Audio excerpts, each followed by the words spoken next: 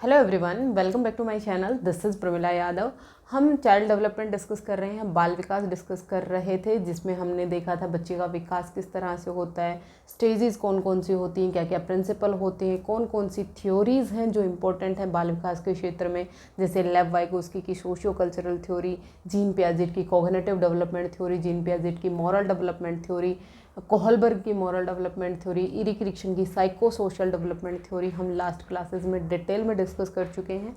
ये थ्योरी हैं, किसी भी एग्ज़ाम के लिए इम्पोर्टेंट है। जिस भी एग्ज़ाम में ये पर्टिकुलर टॉपिक आ रहा है, हर एक एग्ज़ाम के लिए इम्पोर्टेंट है, क्योंकि हर थ्योरी का हमने डिटेल में डिस्कशन किया है।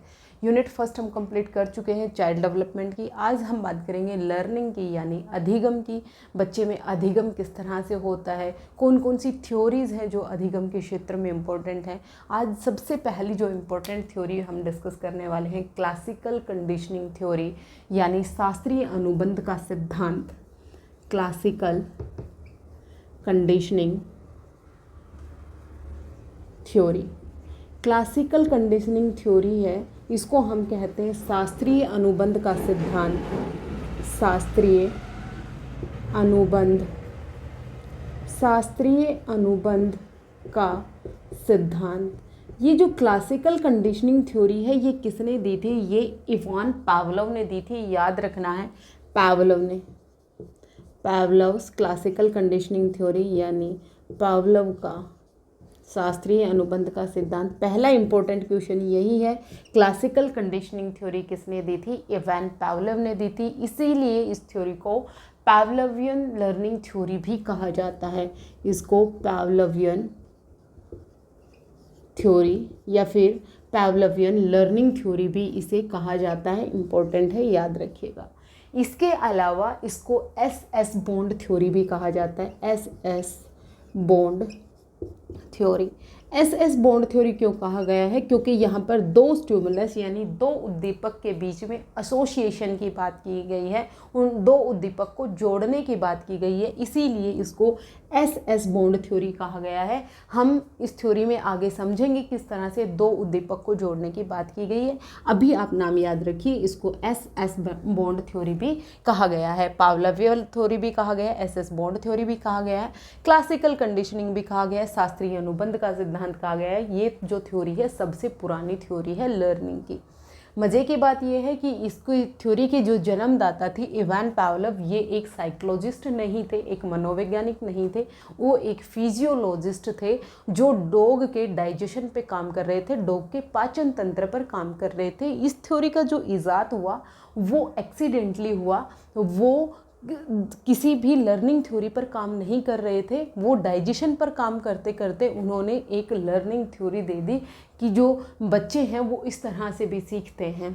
वो हम एक्सपेरिमेंट भी समझेंगे कि उन्होंने अपना एक्सपेरिमेंट कैसे किया था। उसके अलावा हम बात करेंगे कंडीशन स्टिमुलस क्या होता है, कंडीशन रिस्पॉन्स क्या होता है, न्यूट्रल स्टिमुलस क्या होता है, कंडीशन रिस्पॉन्स क्या होता है, अनकंडीशन रिस्पॉन्स क्या होता है। उसके अलावा हम बात करेंगे एक्विजिशन क्या होता है, स्टिमुलस जनरलाइजेशन क्या होता है, स्टिमुलस डिस्क्रिमिनेशन क्या होता है।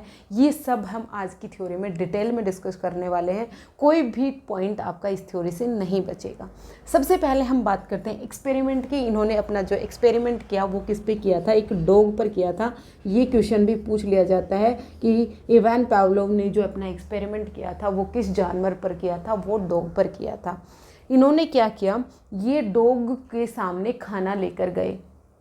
जब आप डॉग के सामने खाना लेकर गए तो डॉग ने स्लाइवेशन करना शुरू कर दिया, मतलब लार टपकाना शुरू कर दिया। ये एक स्वतः एक प्रतिक्रिया होती है खाने को देखकर। अगर हमें भूख लगी है और हमारे सामने कोई खाने का नाम लेता है या फिर हमारे सामने कोई हमारे फेवरेट फूड का नाम लेता है तो हमारी लार टपकना स्वाभाविक है, हमारी लार निकलना शुरू हो जाती है। ये एक इनवॉलंटरी रिस्पॉन्स होता है।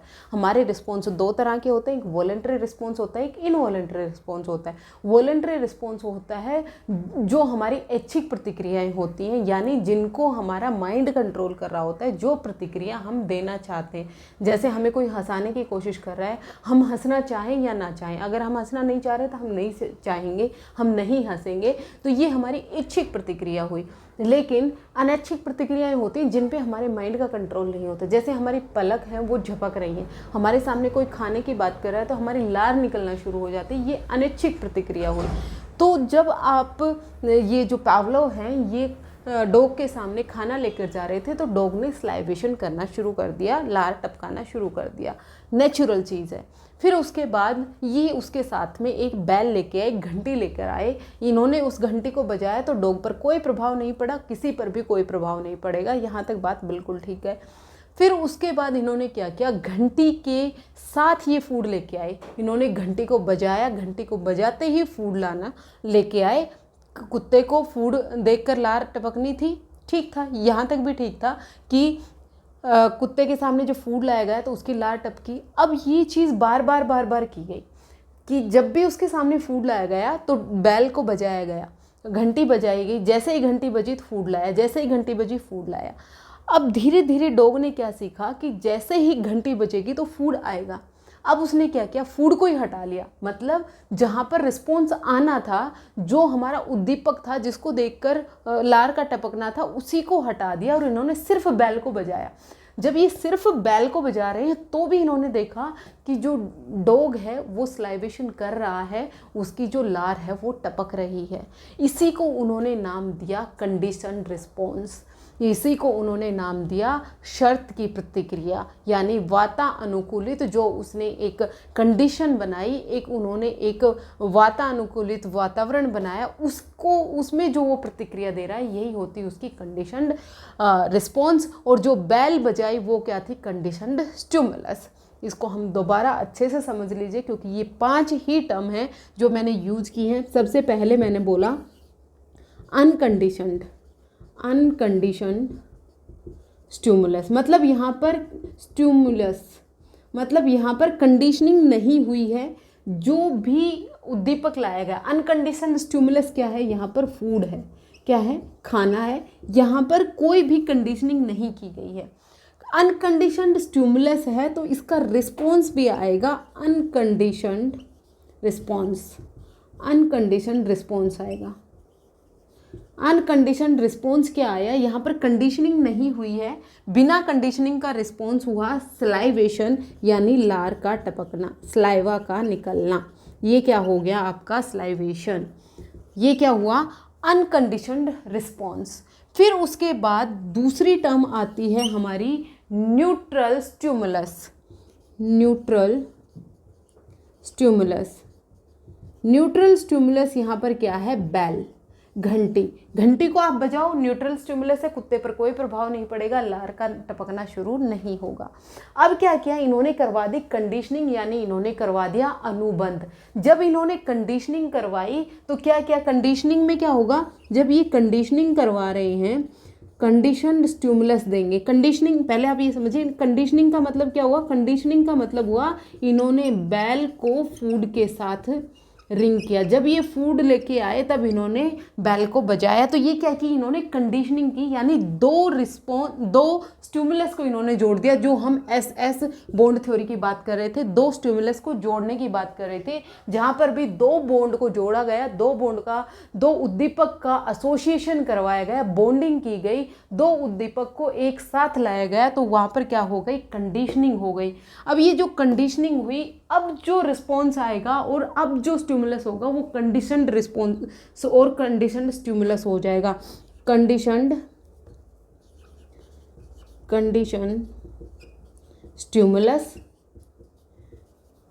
स्टिमुलस क्या हुआ, यहाँ पर कंडीशन्ड स्टिमुलस हुआ बैल, और कंडीशन्ड रिस्पॉन्स क्या आएगा, कंडीशन्ड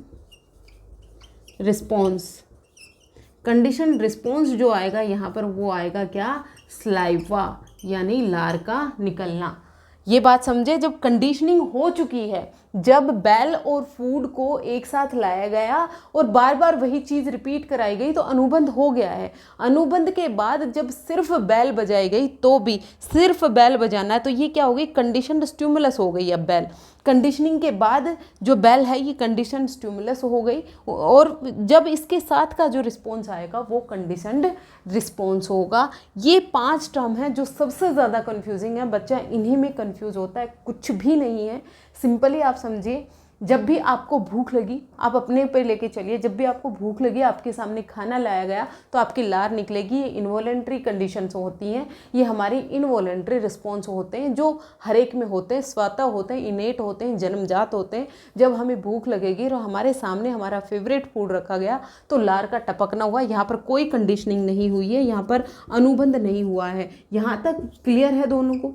फिर उसके बाद होता है न्यूट्रल स्टिमुलस आता है। न्यूट्रल मतलब अब आपके सामने चाहे कोई घंटी बजाए, चाहे आपके सामने कोई हॉर्न बजाए, चाहे आपके सामने हारमोनियम बजाए, चाहे पियानो बजाए, कुछ भी बजाए, आप पर कोई फर्क नहीं पड़ेगा, ये आपका रहेगा न्यूट्रल स्टिमुलस। लेकिन जब दोनों चीज़ों को एक साथ जोड़ा गया, दो स्टिमुलस, दो उद्दीपक को जब एक साथ एसोसिएट कराया गया, तो वहाँ पर हो गई कंडीशनिंग, वहाँ पर हो गया अनुबंध, और बार बार ये चीज़ें कराई गई तो फिर क्या होगा, जब आपके सामने जिसको देखकर रिस्पॉन्स आना चाहिए था, फूड को देखकर रिस्पॉन्स आना चाहिए था, उस उद्दीपक को भी हटा दिया जाए, तो भी सिर्फ एक उद्दीपक जो कंडीशनिंग के बाद कौन सा बन गया, आपका कंडीशन स्टिमुलस बन गया, यानी जो बेल है उसके रिस्पॉन्स में भी लार का टपकना शुरू हो जाता है। जैसे आप कभी छोटे थे, क्लासेस में पढ़ते थे, आपको ये पता है, आपका मैथ का पीरियड चल रहा है, मैथ के बाद इंग्लिश का पीरियड आता है, तो बेल बजते ही मैथ की बुक्स का बंद हो जाना और इंग्लिश की नोटबुक बुक को निकाल लेना, ये थी कंडीशनिंग। क्योंकि आपको ये पता है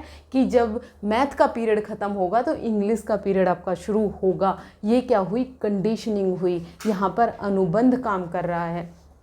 आप एक बच्चे को वैक्सीनेशन के लिए लेके जाओ, आप उसे एक बार वैक्सीन लगवाओ, 2 बार वैक्सीन लगवाओ, जब तीसरी बार उसे वैक्सीनेशन के लिए लेके जाएंगे तो वो डॉक्टर के उस इंजेक्शन को देखकर ही रोना शुरू कर देगा, क्योंकि उसे पता है अब डॉक्टर के पास इंजेक्शन है तो उसे इंजेक्शन लगना है, तो उसे दर्द होगा, तो वो रियल में इंजेक्शन लगने से पहले ही रोना शुरू कर देता है। ये क्या हो गई, कंडीशनिंग हो गई, यहाँ पर अनुबंध हो गया।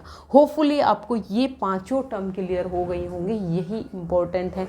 एसोसिएशन इम्पोर्टेंट होता है कहाँ पर, स्टिमुलस एसोसिएशन का इंपॉर्टेंस है क्लासिकल कंडीशनिंग में। संघ का बनाना, 2 उद्दीपक को एक साथ जोड़ना, एसोसिएशन है, ये की पॉइंट होता है, याद रखिएगा।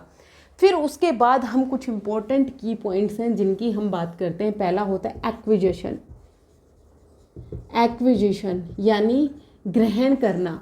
बच्चे क्या करते हैं, एक्वायर करते हैं, बिहेवियर को एक्वायर करते हैं, व्यवहार को एक्वायर करते हैं, अपने आसपास जो चीज़ें हो रही हैं। यहाँ पर डॉग ने क्या एक्वायर किया, यहाँ पर डॉग ने इनवॉलेंट्री रिस्पॉन्स देना सीखा है, अपने व्यवहार में ग्रहण किया है। डॉग को ये नहीं पता था कि बेल बजेगी तो भी उसे खाना मिलेगा। जब उसे कंडीशनिंग कराई गई तो वो बेल के बजने पर भी उसने सीख लिया कि बेल बजेगी तो उसे फूड मिलेगा, इसीलिए वो बेल के बजने पर भी उसमें स्लाइवेशन होना शुरू हुआ, लार टपकना शुरू हुआ। ये क्या हुआ, एक्विजिशन होता है, ये ग्रहण करना होता है। जब हम इनवॉलेंट्री रिस्पॉन्स करना सीख जाते हैं, इनवॉलेंट्री रिस्पॉन्स करना सीखना ही एक्विजिशन होता है क्लासिकल कंडीशनिंग थ्योरी में। फिर उसके बाद जो हमारी दूसरी टर्म आती है वो होती है stimulus generalisation. Stimulus generalisation. Stimulus generalisation का मतलब क्या होता है, उद्दीपक सामान्यीकरण।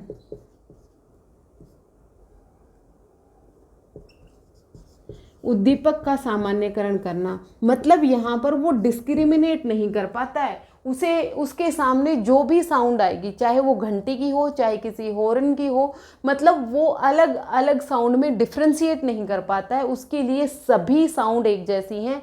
जब भी कोई घंटी जैसी आवाज़ आएगी, चाहे आपने वो पर्टिकुलर घंटी नहीं बजाई तो भी वो स्लाइवेशन करना शुरू कर देगा, लार का टपकना शुरू हो जाएगा। वो होता है स्टिमुलस जनरलाइजेशन। मतलब चाहे कोई भी साउंड आई, चाहे वो पर्टिकुलर उस बेल की थी या नहीं थी, कोई हॉर्न बजाया या आपने कोई दूसरी बेल बजाई, तो भी डॉग का स्लाइवेशन, लार का टपकना है वो शुरू हो गया। उसी को हम बोलते हैं स्टिमुलस जनरलाइजेशन। उसके बाद जो आता है वो होता है stimulus discrimination. Stimulus discrimination, stimulus discrimination में क्या होता है, यहाँ पर वो उद्दीपक में विभेदीकरण करना सीख गया है। उद्दीपक का विभेदीकरण, उद्दीपक में विभेदीकरण का मतलब क्या है, अब उसे ये समझ में आ गया है कि पर्टिकुलर कौन सी बेल बजाई जाएगी तभी उसका खाना लाया जाएगा। ये होता है स्टिमुलस डिस्क्रिमिनेशन। बहुत सारे उद्दीपक में पर्टिकुलर एक उद्दीपक का डिस्क्रिमिनेशन कर पाना होता है स्टिमुलस डिस्क्रिमिनेशन, उद्दीपक का विभेदीकरण करना।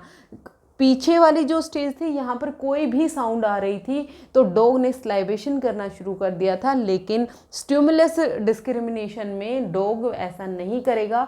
जब पर्टिकुलर एक बेल जाएगी तभी उसमें स्लाइवेशन शुरू होगा। यहाँ पर उसे पता लग गया है पर्टिकुलर कौन सी बेल बजने पर उसे स्लाइवेशन करना है, लार का निकलना शुरू होगा। जैसे बच्चा, एक छोटा बच्चा होता है, वो भी बहुत सारी लेडीज़ में अपनी माँ को डिस्क्रिमिनेट कर पाता है और वो उन्हीं को देखकर रिस्पॉन्स देता है। ये होता है stimulus discrimination.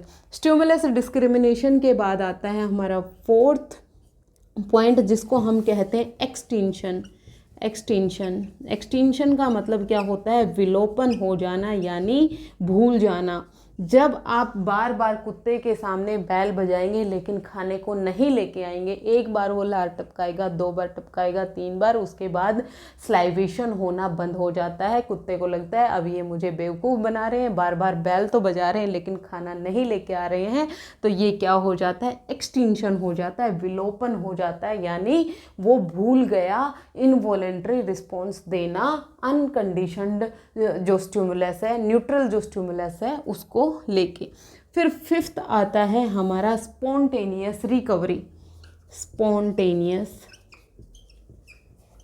Recovery, spontaneous recovery का मतलब क्या होता है, अचानक से याद आ जाना। कुत्ते के सामने अचानक से वही बैल बजाई गई तो वो कभी कभार फिर से उसमें स्लाइवेशन होना शुरू हो गया, लार का टपकना शुरू हो गया। वो क्या हुआ, वो हो गया स्पॉन्टेनियस रिकवरी। आज टंग स्लिप इतना ज़्यादा हो रहा है। स्पॉन्टेनियस डिस्कवरी का मतलब क्या होता है, अचानक से जो चीज़ें आपके अनकॉन्शियस माइंड में कहीं चली गई हैं, अचानक से याद आ जाना होता है आपका स्पॉन्टेनियस रिकवरी। यहाँ से भी क्वेश्चन पूछा गया है कि कौन सी एक टर्म है जो क्लासिकल कंडीशनिंग से रिलेटेड होती है। ये प्रोसेस होता है, सबसे पहले डॉग में एक्विजिशन आता है, वो व्यवहार को किसी भी इनवॉलेंट्री के अनैच्छिक रिस्पॉन्स करना सीखता है, मतलब व्यवहार किस तरह से करना है वो ग्रहण करता है। फिर स्टिमुलस जनरलाइजेशन होता है, उद्दीपक का सामान्यीकरण होता है, वो उद्दीपक में डिफ्रेंशिएट नहीं कर पाता है कि उसे कौन से उद्दीपक को रिस्पॉन्ड करना है। फिर उसके बाद वो स्टिमुलस डिस्क्रिमिनेशन करना सीख जाता है, उद्दीपक को वो डिस्क्रिमिनेट करना सीख जाता है, विभेदीकरण करना सीख जाता है कि उसे कौन से उद्दीपक को रिस्पॉन्स करना है। जब बार बार ये चीज़ उसके सामने की गई और फिर क्या किया, यहाँ तक तो स्टिमुलस डिस्क्रिमिनेशन रहेगा, पर्टिकुलर जब बैल बजेगी तभी वो स्लाइवेशन करेगा। लेकिन अगर आप सिर्फ बैल बजाते रहे, फूड नहीं आया, तो एक्सटिंक्शन हो जाता है, विलोपन हो जाता है, वो चीज़ें वो भूल जाता है, एक इनवॉलेंट्री रिस्पॉन्स देना वो भूल जाता है। और फिर अचानक से आपने क्या किया, बैल के साथ आप फूड लेके आए तो उसे वो रिस्पॉन्स याद आ गया, तो वो होता है स्पॉन्टेनियस रिकवरी। ये थी क्लासिकल कंडीशनिंग की इंपॉर्टेंट पॉइंट्स जहाँ से आपके क्वेश्चन बनते हैं। आपको क्लासेस पसंद आ रही हैं तो आप लाइक शेयर एंड सब्सक्राइब कर सकते हैं। आज के लिए इतना ही, मिलते हैं फिर से। Thank you very much.